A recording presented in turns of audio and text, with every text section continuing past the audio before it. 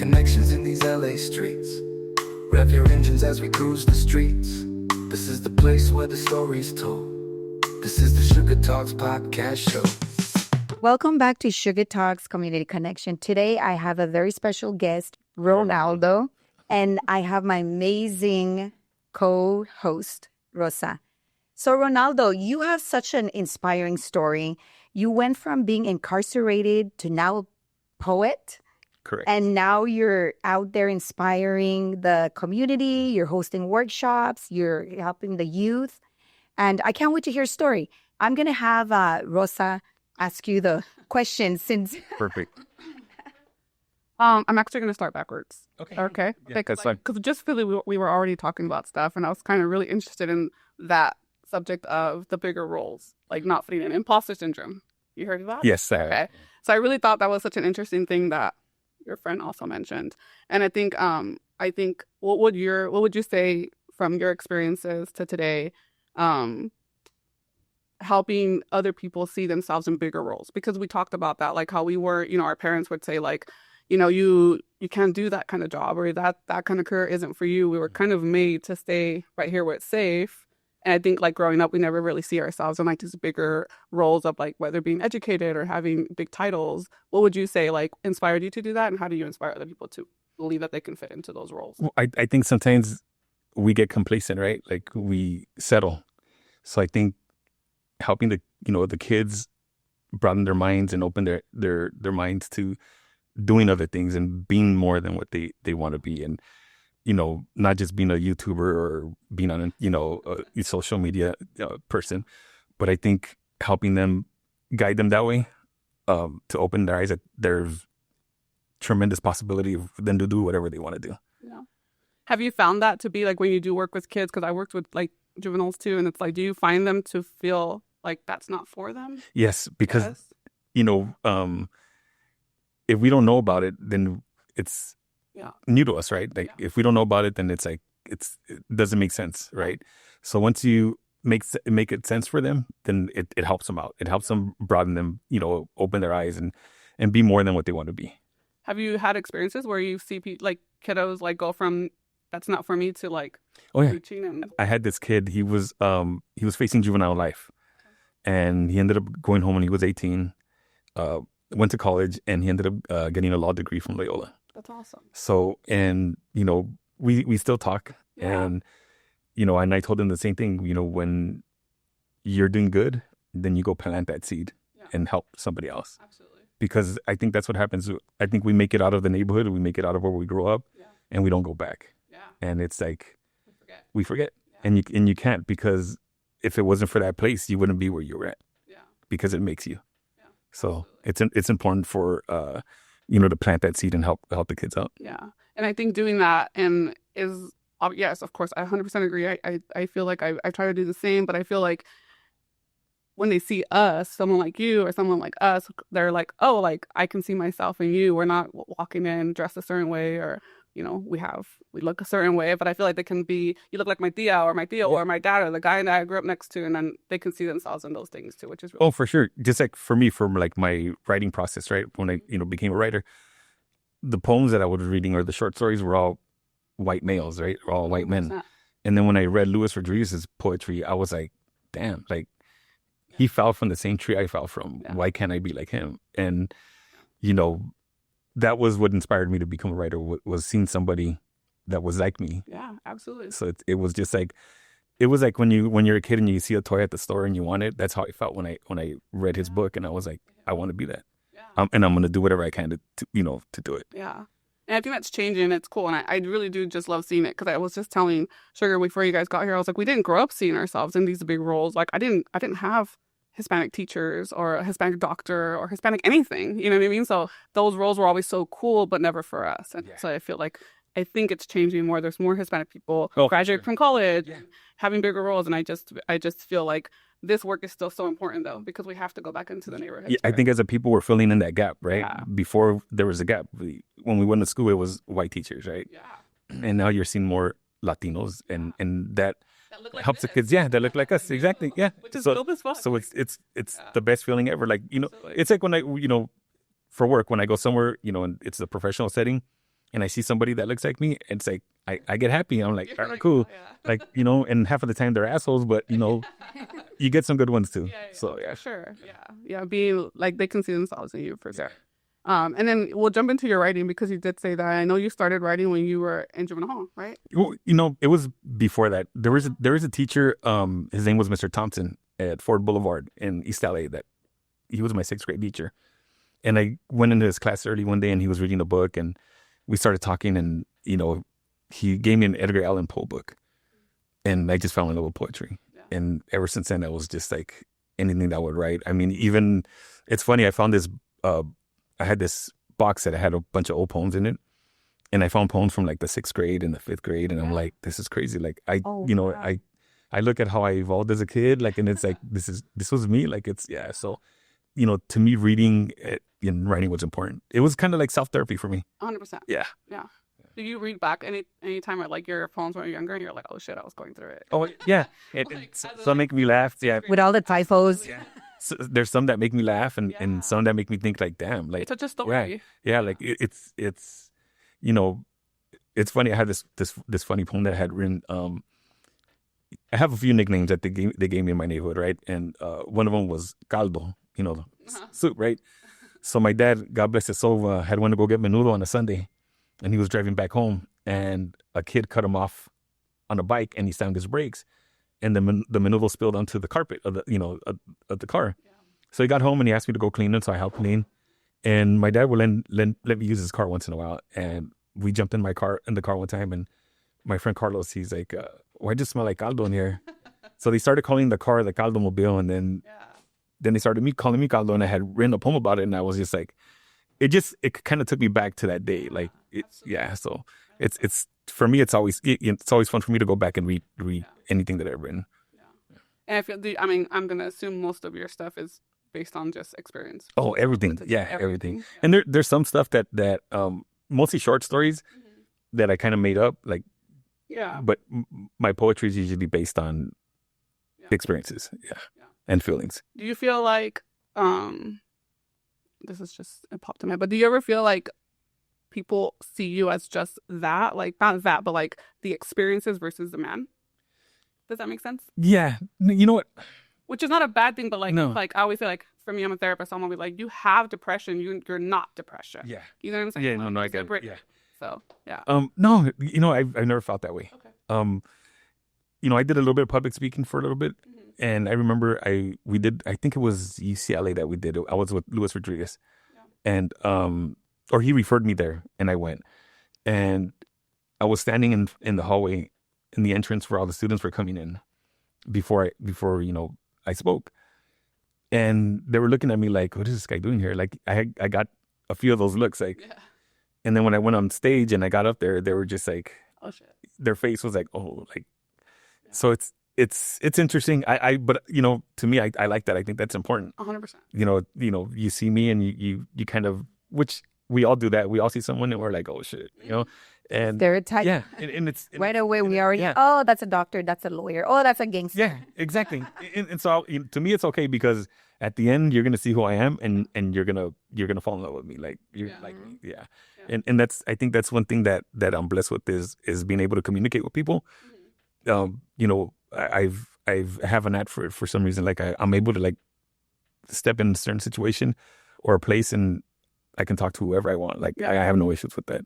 Yeah. That's a talent though. I feel like that's such an important thing of like, and I think that does come from character and you know, all the things that you've been through and stuff where I can sit here and talk to anybody because you have had to talk to just about everybody. Pretty much. So in very different atmospheres, but all the time. And I feel like that confidence is like key. Cause I'm like, I'll talk to anybody. You put me in a room with anybody and I can have a conversation. And it feels good because you're whether I'm at a bar in the neighborhood or I'm in a corporate setting, like I can find my way, you know, one way or another. Yeah. But they couldn't say the same. Exactly. Yeah, they can't. Yeah. They can't. Yeah. They can't. I think that's why, you know, that's one of the things that I try to let the kids know. Like you can talk to people. You can be open. You know, don't be afraid. Like sharing your emotions. Like it's okay. Like there's power. Yeah, there's tons of power. Yeah, I don't think, and I think that's the thing that I think people see emotion as weakness and it's not. Yeah. Do you work with mostly boys or do you have girls too? Boys, it's usually boys. Boys? Yeah.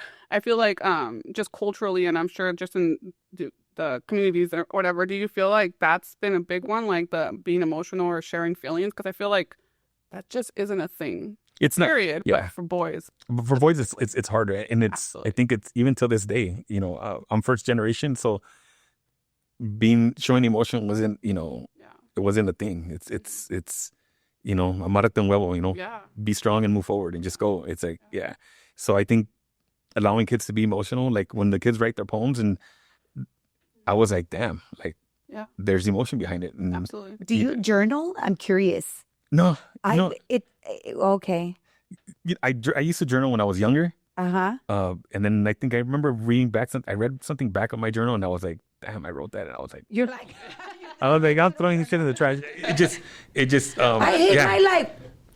And it's funny because we evolve, right? As we get older, we evolved, and I saw what I wrote, and I was like, I can't believe I wrote that. Like, that's not who I was, or that's who I was, but that's not who I am now. And Do you wish you had kept it?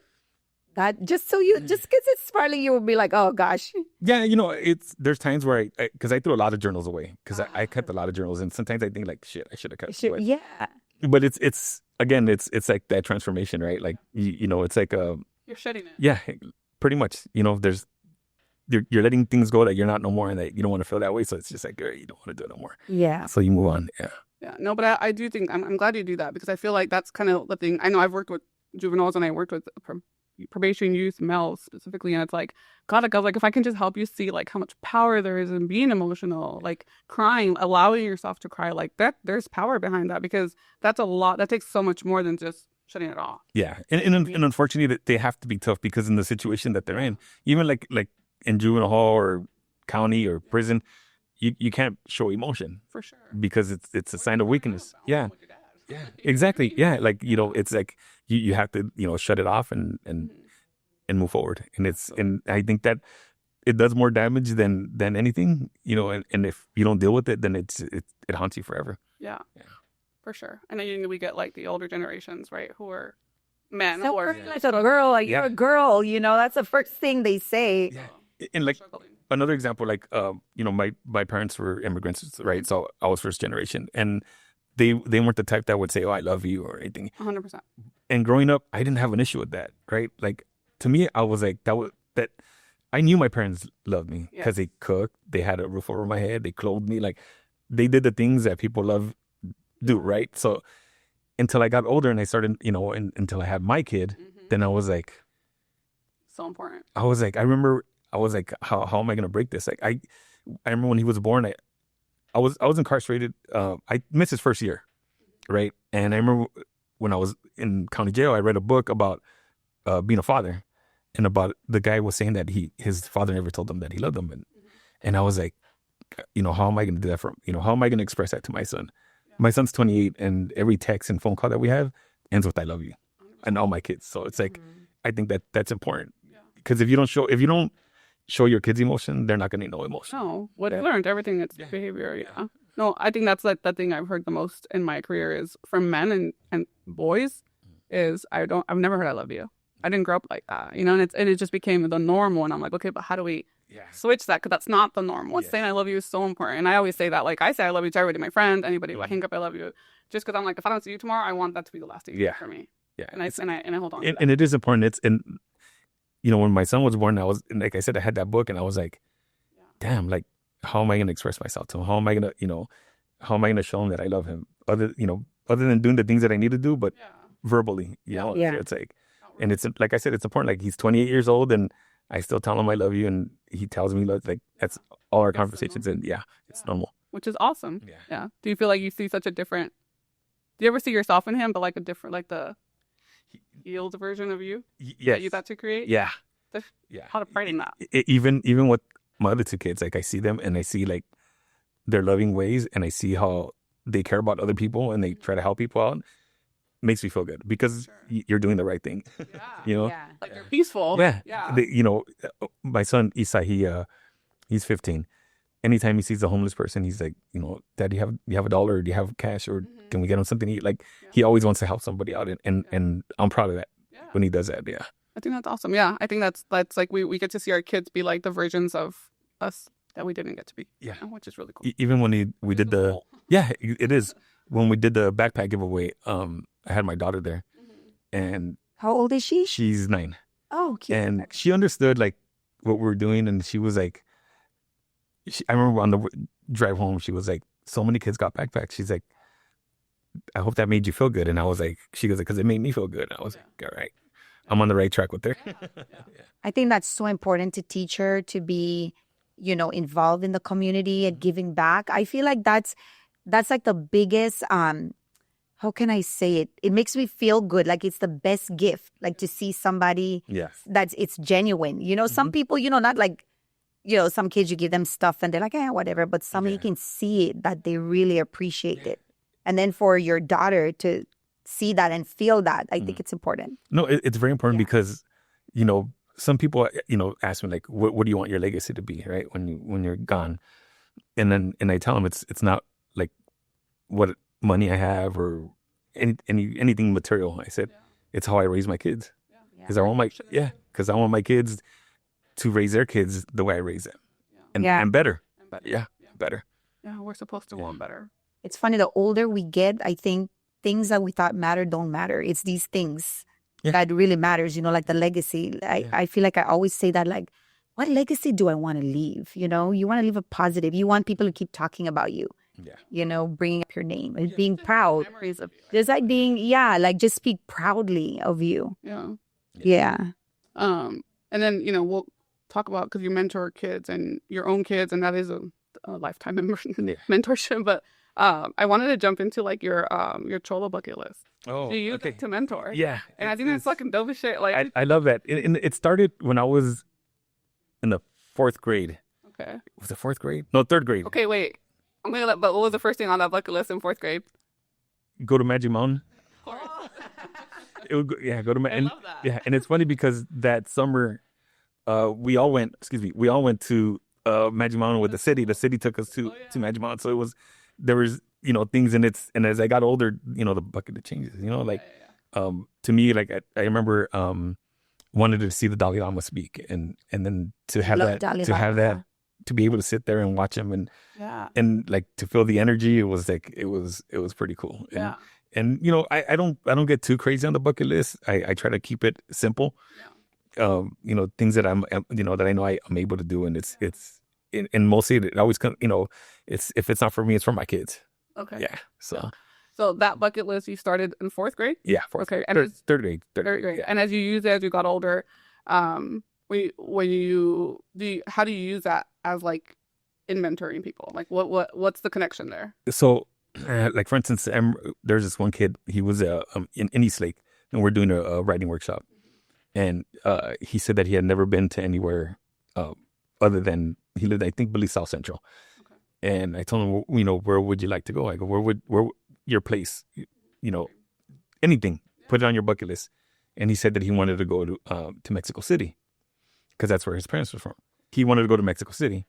So the following month, when I went back for the writing workshop, I took him a book of Mexico City, like that detailed the whole story. So I told him, I said, just because you can't physically go, you can always go with the book. I go, you can always read. And that's what that Mr. Thompson told me. He's like, just because you're in this bubble and you don't get out much, doesn't mean you can explore the world. You can explore the world through books. And that's kind of what helped me. And so when I do the bucket list, they put whatever, if they write something down, the following month I'll bring something back to them that pertains to that. Yeah. Okay. So it helps them out. Yeah. So they can see themselves. Yeah. So they can reaching the goals. Yeah. Yeah. And you're doing that now? I haven't. I stopped doing it about a year ago because they stopped the program. Oh, okay. Yeah. And I've been trying to get into get back into it, but there's so much changes going on in the juvenile system right now and they're cutting programs out that, and it was all volunteer. I wasn't asking for pay or anything. I was doing it on my own time. So it's right now it's dead. So we're trying to see if we can do it again. That's awesome. Mm-hmm. Bring me next time. I will, for sure. I know, me too. I want to go. No, I think that's really cool. I think, what do you think keeps people stagnant and like even trying, or like in the communities, like what do you think keeps people stagnant from even trying to obtain or create goals outside of what they're comfortable in? Themselves. Yeah. Yeah. themselves, because I learned that you can do anything you want. You can go anywhere you want. You got to put that time and the effort in to achieve, what you need to do. It's like I think about myself. I started in the warehouse making minimum wage, right? And I worked my way up. Like I sacrificed. And I think I think people, especially the younger generation now, I think they've lost that that will to sacrifice. They want everything now. Like they want, immediate gratification. Yeah. And people that sacrifice, sacrifice gets you a lot of good things. Yeah. It does. You have to want it really bad. Good things don't come easy. No, you got to work for I it. got to work for it. Yeah. But it's true. I think in our kiddos, like, they haven't had to do that. No. And that's kind of part of the gift, but also part of the, stagnation. And it's funny because I see some, like some of my friends that have older kids, and, they've given their kids everything, and their kids don't appreciate what they have. And so I try to think, like, how can I change it for my kids, right? Like, I sometimes, someone had told me one time, it's easier to learn from someone's mistake than from your own mistake, right? So it's like I try to learn from what other people do, and with my kids, like I don't just give them things, like they have to earn it. Like there's, I'm not going to just give you something that you want. You have to earn it. Yeah. I think that's like, I feel like that's what we're trying to do. Like with, I see kids, and I work with kids now, and I've worked with kids my entire career. And it's like, how do I get you to like understand that you can have it, but you also like the importance of earning it. Yeah. Because we have to, but we don't have a fucking choice though. Yeah. And it feels so much better. It feels so much better. For sure. You appreciate it. Yeah. For sure. Even as a kid, like I started working when I was young. And, even though I was doing bad stuff, like for my parents, if I was working, like I was doing good, right? Because that's the perception, right? You're working, you're doing good. So I've always done, I was always working, no matter what I was doing. Even if I was doing things that I wasn't supposed to, I always had a job. Yeah. I worked at 15 because if I wanted like certain shoes or clothes, I had to buy it myself. Yeah. Oh, my mom wouldn't let me wear my Ben Davis. So like, she's like, buy your own clothes. No. I was like, all right, I would buy my own clothes. So that's good. Yeah. Because those are important tools. Yeah. That carries you into your adulthood, and then you pass it along to your kids. Yeah. And I got that work ethic from my dad. My dad was a hard worker. Like I don't know how he did it. There were 7 of us, and he worked in the warehouse, and they made it happen. We had food and we had clothes, and I was like, I didn't feel poor. And like, I always tell people, like, I didn't feel poor. But then when I look at it back, like, we ate poor. Sure. Yeah. Well, I think because you grow up in an environments and neighborhoods where everyone's the same, so there is no like difference in people. I have a story of my first time to McDonald's when I was a kid. I went with Carlos and his mom. She took us to McDonald's, and he's like, "What do you want?" I was like, "I want a donut." And he's like, "Oh, donut? They don't have donuts at McDonald's," because I had never been to McDonald's. So it's little things like that make you appreciate like where you come from. Yeah, things that you.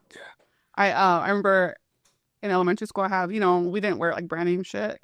And my mom bought me like, you remember those Nikes Air that said Air on the side? Like, oh yeah, the big one, yeah. And we got them at the swap meet, right? Yeah. I didn't know any better. I was like in fucking second grade, and I had 2 guy friends in elementary, Jimmy and Jesse, you little fuckers. And JJ. And I remember Jimmy made a joking comment about my shoes. It went right over my head. It didn't make sense to me. Like, okay, whatever. And then I remember being like in middle school, and I flashed back to that and be like, oh my God, he was making fun of me. Like my stupid ass is wearing. It's crazy. Yeah, and it makes you think, right? Shit. Yeah. And it's weird because like I said, I always had clothes. Like I always had, and it's especially my mom. My mom and my dad, they worked hard. Yeah. My mom would babysit. And whatever money she would babysit, she'll save it. And then when I would go to school, she would buy me clothes. Yeah. So it's like, I didn't go without, but then I would go to my friend's house, and then they would have, the Nintendos and all that other stuff. And I'll be like, damn, that's cool. Like, but I didn't have that at my house. So it was, yeah.